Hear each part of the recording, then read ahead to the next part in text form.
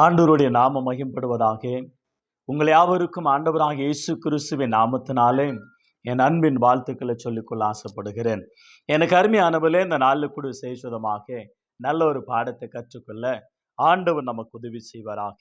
எதனோடு எது சேரக்கூடாது, எதனோடு எது சேர வேண்டும், எவைகள் சேரக்கூடாது, எவைகள் சேர வேண்டும் என்பது குறித்து நல்ல அருமையான ஒரு டாபிக்.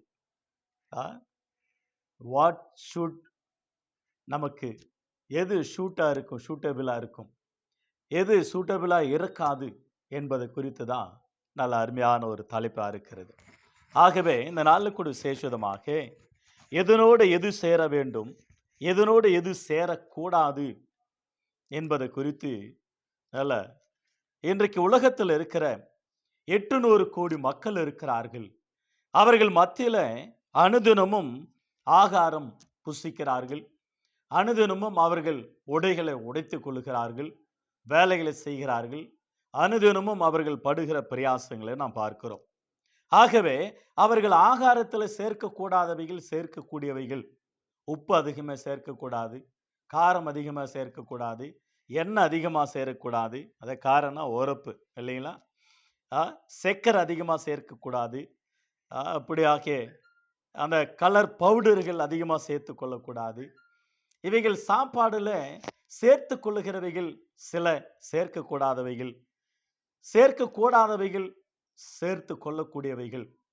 ஆகவே அவைகள் அதிகமாக கூட்டினால் உடலுக்கு கேடு, அல்லது மனிதர்களாகிய நமக்கு சில பாதிப்புகளை, வியாதிகளை உருவாக்குகிறதா இருக்கிறது, அல்லது அதை புசிக்க இயலாத நிலைமையில நாம் இருப்போம்.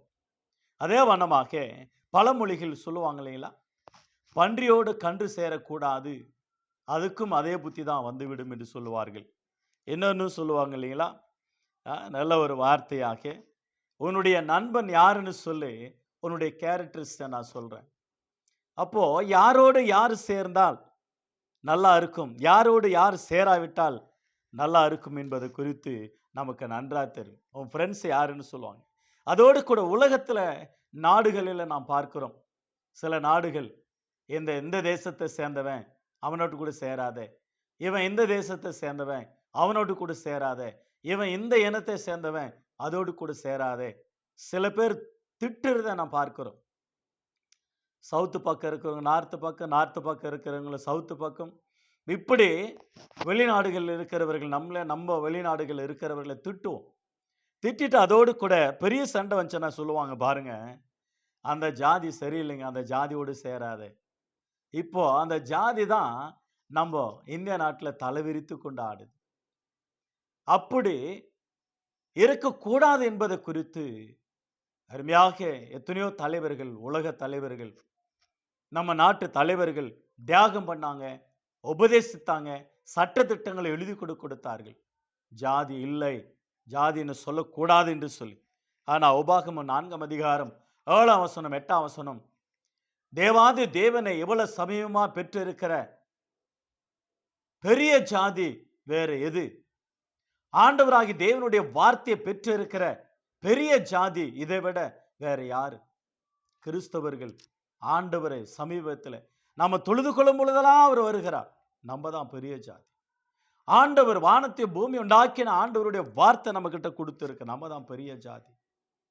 1 பேதுரு 2ஆம் அதிகாரம் 9ஆம் வசனத்தில் வாசிக்கிறோம், பெரிய ஜாதி, the royal people, the royal people, பரிசுத்தமுள்ள கூட்டமாயும் ஆசாரியர் கூட்டமாயும் பிரித்தெடுக்கப்பட்ட கூட்டமாயும், we are royal people, நாம தான் பரலோகத்துக்குரியவர்கள்.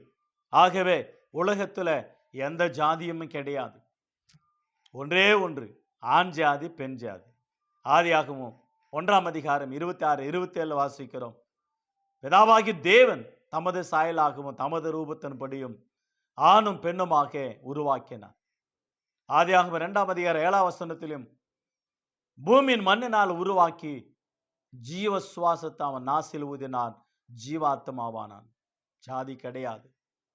அப்போஸ்தலர் புஸ்தகம் 17ஆம் அதிகாரம் 26ஆம் வசனத்தில் வாசிக்கிறோம், அவர் ஒரே ரத்தத்தினால பூமியில் இருக்கிற ஜனங்களை ஒரே ரத்தத்தினால தோன்று பண்ணிறார், ஜாதி ஜாதியான ஜனங்கள், ஜாதி ஜாதியாக அல்ல, ஆண் ஜாதியும் பெண் ஜாதியும் ஒரே ரத்தத்தினாலே, ஒரே காற்று, ஒரே தேவன், ஒரே ரத்தம், ஒரே தேசம், ஒரே பூமி, ஒரே மண். நமக்கு அருமையான, எனக்கு அருமையான தேவச்சனமே, என்ற நாளில் கூட விசேஷமாக நாம் கற்றுக்கொள்ள வேண்டும். நோ ஜாதி. ரத்தத்தை கொடுக்குறவங்க பாருங்க, இந்த ரத்தமா, எல்லாருக்கும் ஒரே ரத்தம் தான், ஒரே கலர் தான்.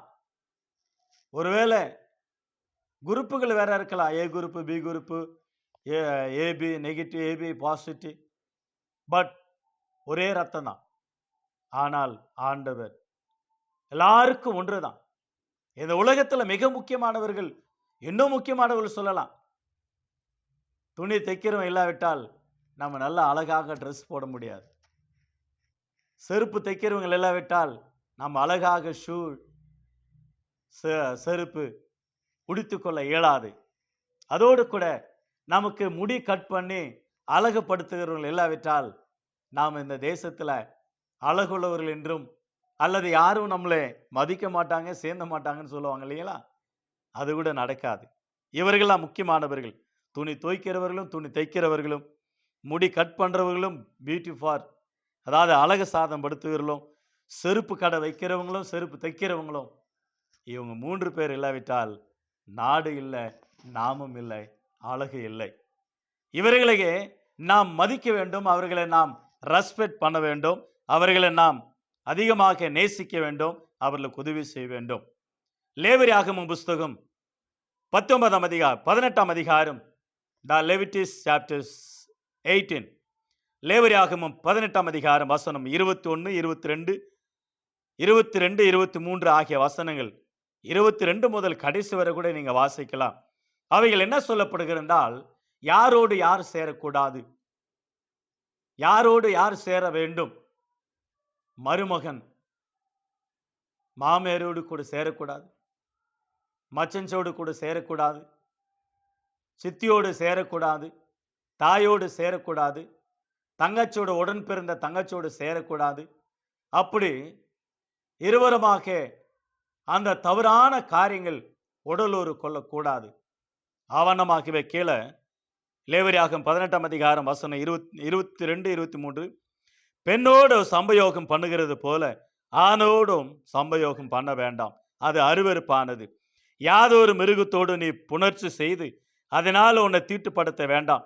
ஸ்திரியானவள் மிருகத்தோடோ புணரும்படி அதற்கு முன்பாக நிற்கலாகாது, அது அருவருப்பு, தாறுமாறு. கீழே கூட வாசிக்கிறோம், ஒரு பெண் பெண்ணோடும் உடலூறு கொள்ள இயலாது, செய்யக்கூடாது. ஒரு ஆண் ஆணோடு கூட உடலூறு செய்ய இயலாது, செய்யக்கூடாது. ஆகவே இவைகள் அருவருப்பானவர்கள், அவர்களை கல்லெறிந்து கொள்ள வேண்டும், அவர்களை கொன்றே விட வேண்டும் என்று சொல்லி வேதம் சொல்லுகிறது. இன்றைக்கு வெளிநாடுகளிலும் உள்நாடுகளிலும் சட்டத்தை கொண்டு வந்துட்டாங்க. பெண்ணோடு பெண்ணு கல்யாணம், ஆணோடு ஆணு கல்யாணம். அதோடு கூட தவறா நடக்கிறவர்கள் மிருகங்களாண்ட தவறாக தங்களுடைய உடலுறவு வைத்துக் கொள்கிறதை பார்க்கிறோம். எனக்கு அருமையான கத்தொடுப்பில் நம்முடைய வாழ்க்கையில நாம் எப்படிப்பட்டவர்களா இருக்க வேண்டும் என்பது குறித்து பைபிள் நமக்கு எச்சரித்து சொல்லுகிறதை பார்க்கிறோம். ஆணோடு ஆணு சேரக்கூடாது. ஆகியதான் நம்முடைய டாபிக், எதோடு எது சேர வேண்டும், எதோடு எது சேரக்கூடாது, எதோடு எது சேரக்கூடாது, எதோடு எது சேர வேண்டும் என்பது குறித்து வேதத்தில் வாசிக்கிறோம். ஆகவே ரோமர் 1ஆம் அதிகாரம் 26, 27 வாசிக்கிறோம். ஆணோடு ஆண், பெண்ணோடு பெண், ஆண் புணர்ச்சி, பெண் புணர்ச்சி, இப்படியாக அவர்கள் அந்த உணர்வு ஓடு கூட செயல்படக்கூடாது. ஆணோடு ஆண், பெண்ணோடு பெண், இப்படிப்பட்ட காரியம் அருவருப்பானது. அப்படிப்பட்ட எண்ணங்கள், சிந்தனைகள் உடையவர்களுக்கு தேவன் அவர்களுக்கே ஒப்பு கொடுத்தார. சிலருக்கு நீங்க திருந்த மாட்டீங்க, நீங்க தெரிந்து கொள்ளுங்கள், அவர்கள் மரணத்துக்கு பாத்திரார் என்று அருமையாக ரோமர் 1ஆம் அதிகாரம் 26 முதல் 28 வசனங்களில் வாசிக்கிறோம். பாவத்தோடு கூட சேர்ந்து அவர்கள் பரிசுத்தமாக முடியாது. ஆகவே நீங்க எதோடு கூட எது சேர வேண்டும் என்றால் பைபிள் சொல்லுகிற வார்த்தைகள் நம்ம கவனிக்க வேண்டும். மத்திய எழுதின சுவிசேஷம் 9ஆம் அதிகாரத்தில் ஆண்டவராக இயேசு கிறிஸ்து அருமையான ஒரு வார்த்தையை சொன்னார். என்ன சொன்னார் என்றால், திராட்சரச குறித்தும் பழைய துணியை குறித்தும் புது துணியை குறித்தும் சொன்னார். அவர்கள் பரிசேயர் சதுசேயர் கேள்வி கேட்க ஆரம்பிக்கிறார்கள். அப்பொழுது ஆண்டவர் மத்தேயு எழுதின சுவிசேஷம் 9ஆம் அதிகாரம் வசனம் 14 முதல், அப்பொழுது யோவானுடைய சீசர்கள் அவரிடத்தில் வந்து சில கேள்விகளை கேட்கிறார்கள். அதற்கு மணவாளன் தங்களோடு இருக்கையில மணவாளனுடைய தோழர்கள் வருத்தப்படுவார்களா என்று சொல்லிட்டு சொல்றாரு, ஒருவனும் கோடி துண்டை பழைய வஸ்திரத்தோடு இணைக்க மாட்டான். இணைத்தால் அதனோடு இணைத்த துண்டும் வஸ்திரத்தை அதிகமாக கிழிக்கும், பேரலும் அதிகமாகும். புது திராட்சரசத்தையும் பல துருத்திகளிலே வார்த்து வைக்கிறதும் இல்லை. வார்த்து வைத்தால் துருத்திகள் கிழிந்து போகும், ரசமும் சிந்தி போவோம், துருத்திகளும் கெட்டு போவோம். புது ரசத்தையும் புது துருத்திகளிலே வார்த்து வைப்பார்கள், அப்பொழுது இரண்டும் பத்திரப்பட்டு இருக்கும் என்றார். மத்தேயு 9ஆம் அதிகாரம் 14 முதல் 17 ஆகிய வசனங்களில் வாசிக்கிறோம்.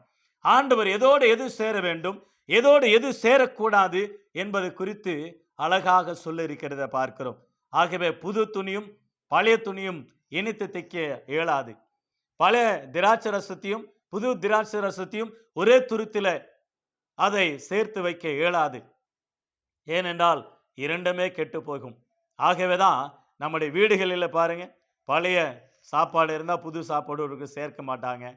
ஒருவேளை சேர்த்தா ஃபுட் பாய்சன் ஆகிடும். அதனால்தான் சில ஹோட்டல்கள் இப்படிப்பட்ட காரியங்கள் செய்கிறதுனால சில மக்களுக்கு பாதிப்பு ஏற்படுகிறது. சில குழம்பு பழைய குழம்பு இருந்தால் புது குழம்புல அது அந்த குழம்புல சேர்க்க மாட்டாங்க. இப்படி பழசை புதுசில் சேர்க்க மாட்டாங்க, புதுசை பழசில் சேர்க்க மாட்டாங்க. ஏனென்றால் ஒத்து வராது. துணிகள் வாங்கும் பொழுது கூட சொல்லுங்க, இது பழைய துணியா புது துணியா, இது ஸ்டாக்கா இது புதுசா வந்ததா, இது புது பிராண்டா பழைய பிராண்டா, எவ்வளவு வருஷம் ஆச்சுது என்று சொல்லி மனிதர்கள் கேள்வி கேட்கிறத நான் பார்க்கிறோம். ஆகவே எனக்கு அருமையான கர்த்தருடைய பிள்ளைகளாகி நம்முடைய வாழ்க்கையில அருமையாக நம்முடைய ஆண்டவர் எழுதி வைத்த வேத வாக்கியங்கள், ஆச்சரியமான காரியங்கள். உபாகம புஸ்தகம் 22ஆம் அதிகாரத்தில் கூட ஒரு சம்பவத்தை நாம் வாசிக்கிறோம். என்ன வாசிக்கிறோம் என்றால், வார்த்தை சொல்லப்படுது பாருங்க. உபாகமம் 22ஆம் அதிகாரம் 5 முதல் வாக்கியங்களை பாருங்க. புருஷரின் உடைகளை ஸ்திரீகள் தரிக்கலாகாது, ஸ்திரீகளின் உடைகளை புருஷர்கள் தரிக்கலாகாது. அப்படி செய்கிறவர்கள் எல்லாரும் உன் தேவனாகிய கர்த்தருக்கு அருவருப்பானவர்கள். இன்றைக்கு நிறைய பேர் பாருங்க, பெண்கள் உடைகள் ஆண்கள், ஆண்கள் உடைகளை பெண்கள் எப்படி மாற்றிக்கொள்கிறார்கள். எது பெண்கள் உடைகள், எது ஆண்கள் உடைகள் என்று சொல்லி கேள்வி கேட்டால் அந்த கேள்விக்கு பதில் இயலாது. பட் என்னவென்றால், பெண்கள் ஒழுக்கமாக உடுத்திக் கொள்ளுகிற ஆடைகள், அது புடவையா இருக்கலாம், சுடிதாரா இருக்கலாம், அவைகள் நலமா இருக்கும் அவர்களுக்கு. என்ற நாட்கள் பாருங்க, நாகரிகமே கெட்டு போனது. எங்கேயோ வெளி தேசத்தில் இருக்கிறவர்கள் ஒரே ஒரு பிளவுஸ், ஒரே ஒரு ஜெட்டு அப்படி போட வேண்டிய நிலைமை இன்றைக்கு பெண்களுக்கு உண்டாயிற்று. ஆண்கள் எல்லாவற்றையும் தங்களுடைய உடலை அவர்கள் பத்திரமாக பாதுகாத்து கொண்டு துணிகளால் தங்களை அப்படியாக பாதுகாத்து கொண்டு நடக்கிறார்கள். பெண்கள் என்னை பாரு, என் ஆடைய பாரு என்று அன்றைக்கே ஒரு கவிதை சொன்னாங்க. வண்ணமாகவே இன்றைக்கு சிலர் அப்படி செயல்படுகிறத பார்க்கிறோம். எனவே நம்ம நாட்டு கலாச்சாரம் அருமையாக அந்த புடவைகளை உடுத்திக் கொள்வதும், அந்த சுடிதார் உடுத்திக் கொள்வதும், சில லட்சணமான துணிகளை உடுத்திக் கொள்வதுமாக பெண்களுக்கு சிறந்ததாக, அழகாக, பியூட்டியாக இருக்கிறதை பார்க்கிறோம். ஆகவே இந்த வேத வசனம் பாருங்களேன், ஆணோடு ஆண் பெண்ணோடு பெண் சேரக்கூடாது என்று சொல்லிக்கிட்டே வந்து ஒரு வார்த்தை சொல்றாரு. மாட்டையும் கழுதையும் பிணைத்து உழாதிருப்பாயாக. மாட்டையும் கழுதையும் இரண்டையும் இணைத்து நாம் ஏற்பூட்டக்கூடாது. மாட்டு வண்டி ஓட்டக்கூடாது. மாடு தான், கழுதை தான். கழுது எந்த வேலை செய்யணுமோ அந்த வேலை செய்யணும், மாடு என்ன வேலை செய்யணுமோ அதை செய்யணும். ஆட்டு மயிரும் பஞ்சு நூலும் கலந்த வஸ்திரத்தை உடுத்து கொள்ளாயாக. நீ தரித்து கொள்ளுகிற உன் மேல் சட்டை 4 ஓரங்களிலும் தொங்கல்களை உண்டு பண்ணுவாயாக. ஒரு ஸ்திரீ விவாகம் பண்ணின ஒருவன் அவளிடத்தில் பிரவேசித்த பின்பு அவளை வெறுக்காத இருப்பானாக. கீழெல்லாம் வாசிக்கிறோம். லேவியராகமம் 18ஆம் அதிகாரம் 19ஆம் அதிகாரம் உபாகம் 21, 22, 23 ஆகியவைகள் எல்லாம் ரொம்ப அருமையாக சட்டம் அற்புதமாக தேவன் யாரோடு கூட யார் சேர வேண்டும், யாரோடு கூட யார் சேரக்கூடாது, யாரோடு கூட யார் பழக வேண்டும், யாரோடு கூட யார் பழகக்கூடாது, யார் எவைகளை உடித்துக் கொள்ள வேண்டும், யார் எவைகளை உடித்துக் கொள்ளக்கூடாது என்பது குறித்து தேவன் அழகாக சட்ட திட்டங்களையும் அழகாக நமக்கு எழுதி வைத்தார். எனக்கு அருமையான தேவச்சனமே, நாம் எதோடு எது சேர்க்க வேண்டும், எதோடு எது சேரக்கூடாது என்பதை குறித்து நாம் தியானித்து கொண்டு வருகிறோம். 2 கொரிந்தியர் புஸ்தகம் 6ஆம் அதிகாரம் திருப்பிக் கொள்ளுங்க என்னோடு கூட. அருமையாக 6ஆம் அதிகாரம் 2 கொரிந்தியர் 6ஆம் அதிகாரம் வாக்கியங்கள் பாருங்க, 14 முதல் சில வாக்கியங்கள் அற்புதமா இருக்கும். அவைகளை படிக்கும் பொழுது ஆச்சரியமான காரியமா இருக்கும். 2 கொரிந்தியர் புஸ்தகம் 6ஆம் அதிகாரம் வசனம் 14 முதல், அந்நிய நுகத்தில் அவிசுவாசிகளோடு பிணைக்கப்படாத இருப்பீர்களாக. நீதிக்கும் அந்நீதிக்கும் சம்பந்தம் ஏது? ஒளிக்கும் இருளுக்கும் ஐக்கியம் ஏது? கிறிஸ்துவுக்கும் பேலியாளுக்கும் இசைவேது? அவிசுவாசிகளோட விசுவாசிக்கு பங்கேது? தேவனுடைய ஆலயத்துக்கு விக்கிரங்களுக்கும் சம்பந்தம் ஏது? நான் அவர்களுக்குள்ள வாசம் பண்ணி அவர்களுக்குள்ள ஒலாவி அவர்கள் தேவனாயிருப்பே, அவர்களின் ஜனமாயிருப்பார்கள் என்று தேவன் சொன்னபடி நீங்கள் ஜீவனுள்ள தேவனுடைய ஆலயமாய் இருக்கிறீர்கள். நீங்களே தேவனுடைய ஆலயமாய் இருக்கிறீர்கள். இருளுக்கும் வெளிச்சக்கும் வித்தியாசம், பேலியாளுக்கும் கிறிஸ்துவுக்கும் வித்தியாசம், பாவத்துக்கும் சாபத்துக்கும் வித்தியாசம், ஆசுரத்துக்கும் சாபத்துக்கும் வித்தியாசம். எனக்கு அருமையான கர்த்தருடைய பிள்ளை, நம்முடைய வாழ்க்கையில ஆண்டவர் அழகாக எழுதி வைத்தார். அந்நிய நுகத்தில் பிணைக்கப்படாதீர்கள். அந்நீதிக்கும் நீதிக்கும் சம்பந்தம் ஏது? அவிசுவாசிக்கும் விசுவாசிகளுக்கும் சம்பந்தம் ஏது என்று சொல்லி ஆண்டவர் கடிந்து கொண்டு புத்தி சொல்கிற நான் பார்க்கிறோம். ஆகவே எதோடு எது சேர வேண்டும், எதோடு எது சேரக்கூடாது என்பது குறித்து வேதம் நமக்கு அழகாக கற்றுக் கொடுக்கிறத பார்க்கிறோம். எனக்கு அருமையான தேவச்சனமே, அவ்விசுவாசிகளோடு விசுவாசிகள் சேருவார்கள். ஆனால் அதுதான் சொல்லப்படுகிறது, பன்றியோடு கன்று சேரக்கூடாது, கன்றோடு கூட பன்றி சேரக்கூடாது. ஆகவே துன்மார்கனை நீதிமானாகவும் நீதிமான துன்மார்கனாகவும் மாற்றக்கூடாது, அல்லது நீதிமான் துன்மார்கோடு கூட இணைந்து வாழவும் முடியாது, பங்கு பெறவும் முடியாது என்பது குறித்து வேதம் சொல்லுகிறத பார்க்கிறோம். அசுத்தம் அந்நியனகத்துல அவிசுவாசிகளுடனே நீதிக்கும் அந்நீதிக்கும் ஒளிக்கும் இருளுக்கும் கிறிஸ்துவுக்கும் பேலியாளுக்கும் தேவனுடைய ஆலயத்துக்கும் விக்கிரங்களுக்கும் கோவில்களுக்கும் பரிசுத்தத்துக்கும் அசுத்தத்துக்கும் சம்பந்தம் ஏது? சம்பந்தம் இல்லை, இருக்கக்கூடாது. ஆகவே நமக்கு அருமையான தேவச்சனங்களாகி நம்முடைய வாழ்க்கையில எவைகள் நமக்கு பொருத்தமானதோ தகுதியானதோ அவைகளுக்கே நாம் முக்கியத்துவம் கொடுக்க வேண்டும். 1 கொரிந்தியர் புஸ்தகம் 5ஆம் அதிகாரம் வசனம் 6ஆம் வசனம் 7ஆம் வசனம் 8ஆம் வசனம். 1 கொரிந்தியர் 5ஆம் அதிகாரம் வசனம் 6 முதல் பாருங்களேன். நீங்கள் மேன்மை பாராட்டுகிறது நல்லதல்ல, கொஞ்சம் புளித்தம்மா பிசந்தம்மா முழுவதும் புளிக்க பண்ணும் என்று அறிவீர்களா? ஆகையால் நீங்கள் புளிப்பில்லாதவர்களா இருக்கிறபடியே புதிதாக பிசைந்த மாவா இருக்கும்படி பழைய புளித்து மாவை புறம்பே கழித்து போடுங்கள். ஏனென்றால் நம்முடைய பஸ்காவாகிய கிறிஸ்து நமக்காக பலியிடப்பட்டிருக்கிறாரே. ஆதலால் பழைய புளித்த மாவோடோ அல்ல, துர்குணம் பொல்லாப்பு என்னும் புளித்த மாவோடு அல்ல, துப்புரவாயும் உண்மையும் என்னும் புளிப்பில்லாத அப்பத்தோடு கூட பண்டிகையை ஆசாரிக்க கடவோம். பரிசுத்தம். ஆண்டவராகிய இயேசு நமக்காக பலியானார், சிலுவையில பலியானார், ரத்தம் சிந்தினார். அந்த ஆண்டவராகிய இயேசு கிறிஸ்துவின் ரத்தத்தினாலே நம்முடைய பாவங்கள் கழுவப்பட்டு, நம்முடைய அக்கிரமங்கள் கழுவப்பட்டு, நம்முடைய சாபங்கள் நீக்கப்பட்டு, நம்முடைய பாவ சாபங்கள் எல்லாம் சிலுவையில சிந்தின ரத்தத்தினால கழுவப்பட்டவர்களாய் பரிசுத்தத்தோடு பரிசுத்தம் தேவனோடு கூட நாம் நீதியோடு கூட வெளிச்சத்தோடு கூட ஆண்டவரோடு கூட இணைக்கப்பட வேண்டும் என்று வேதம் சொல்லுகிறது. ஆகையினால எதனோடு எதை கூட்ட வேண்டுமோ, எதனோடு எதை கூட்டக்கூடாதோ அவைகளை நாம் எடுத்து போட வேண்டும். வேதம் சொல்லுகிற வார்த்தையாக காணப்படுகிறது. எனக்கு அருமையான தேவச்சனமே, எனக்கு அருமையானவில்லை, எதை நாம் சேர்க்க வேண்டும், எதை நாம் சேர்க்க கூடாது என்பதை குறித்து பைபிள் நமக்கு அழகாக கற்றுக் கொடுக்கிறத பார்க்கிறோம். ஆகவே எதோடு எது சேர வேண்டும், எதோடு எது சேரக்கூடாது என்பது குறித்து 2 பேதுரு புஸ்தகம் 1ஆம் அதிகாரம் 5 முதல் 12 வாக்கியங்களை கவனித்து பாருங்க. 2 பேதுரு புஸ்தகம் 2 பேதுரு புஸ்தகம் 1ஆம் அதிகாரம் 5 முதல் 12 வாக்கியங்கள் எதோடு எது சேர்க்க வேண்டும், எதோடு கூட எது சேர்த்துக் கொள்ள வேண்டும் என்பது குறித்து, இப்படி இருக்க நீங்கள் அதிக ஜாக்கிரதை உள்ளவர்களாய் உங்கள் விசுவாசத்தோட தைரியத்தையும், தைரியத்தோட ஞானத்தையும், ஞானத்தோட இச்சை அடக்கத்தோட பொறுமையும், பொறுமையோட தேவ பக்தியும், தேவ பக்தியோட சகோதர சிநேகத்தையும், சகோதர சிநேகத்தோட அன்பையும் கூட்டி வழங்குங்கள். இவைகள் உங்களுக்கு உண்டாயிருந்து பெருகினால் உங்களை நம்முடைய கர்த்தராகிய இயேசு கிறிஸ்துவை அறிகிற அறிவினால் வீணரும் கனியற்றுள்ளமா இருக்க ஓட்டாது. இவைகள் இல்லாதவன் எவனோ அவன் முன் செய்த பாவங்களார தான் சுத்திகரிக்கப்பட்டதை மறந்து கண் சொருகி போன குருடனாயிருக்கிறான். ஆகையால் சகோதரரே, நீங்கள் உங்கள் அழைப்பையும் தெரிந்து கொள்ளுதலையும் உறுதியாகும்படி ஜாக்கிரதையாயிருங்கள். இவைகளை செய்தால் நீங்கள் ஒரு காலமும் இடறி விழுவதில்லை. இவ்விதமாய் நம்முடைய கர்த்தரும் இரட்சகருமாகிய இயேசு கிறிஸ்துவனுடைய நித்திய ராஜ்யத்துக்குட்படும்படி உட்பிரவேசிக்கும் உங்களுக்கு பரிபூரணமாக அளிக்கப்படும்.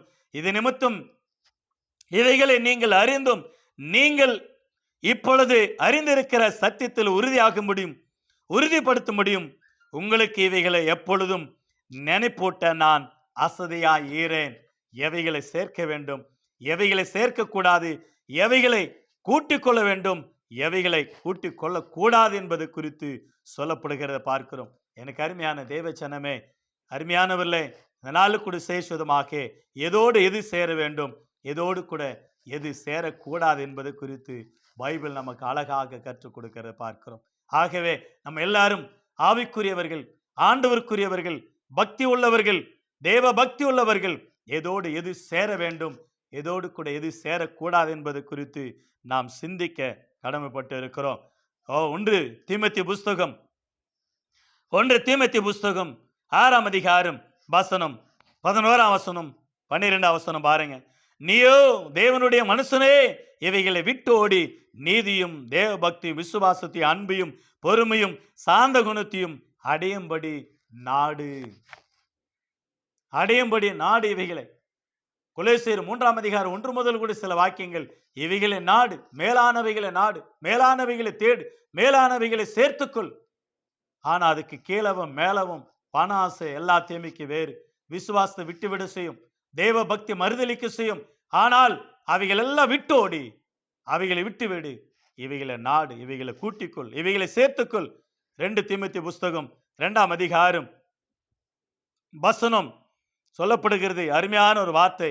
அன்றியும் பாலித்துக்குரிய இச்சைகளுக்கு நீ விலைகோடி சுத்த இருதயத்தோட கர்த்தரை தொழுது கொள்ளுகிறவர்களுடனே நீதியும், விசுவாசத்தையும், அன்பையும், சமாதானத்தையும் அடையும்படி நாடு. என்ன அருமையான ஆண்டவருடைய வேத வாக்கியம் பாருங்க. எவைகளோடு எவைகளை கூட்ட வேண்டும், எவைகளோடு எவைகளை நாம் சேர்க்க வேண்டும், எவைகளோடு எவைகள் நாம் சேர்க்க கூடாது என்பதை குறித்து பைபிள் நமக்கு அழகாக கற்றுக் கொடுக்கிறது பார்க்கிறோம். ஆகவே கலாத்தியர் புஸ்தகம் 5ஆம் அதிகாரம் 22, 23 வாசிக்கிறோம். ஆவியின் கனிகளோ அன்பு, சந்தோஷம், சமாதானம், நீடிய பொறுமை, தயவு, இரக்கம், இச்சை அடக்கம். இவைகளுக்கு விரோதமான பிரமாணம் ஒன்றும் இல்லை.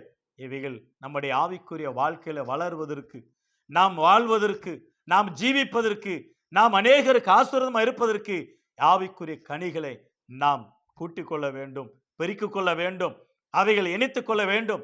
அவைகளில் வளரும்படியாக நம்மை அவைகளில் நாம் இணைத்துக் கொள்ள வேண்டும்.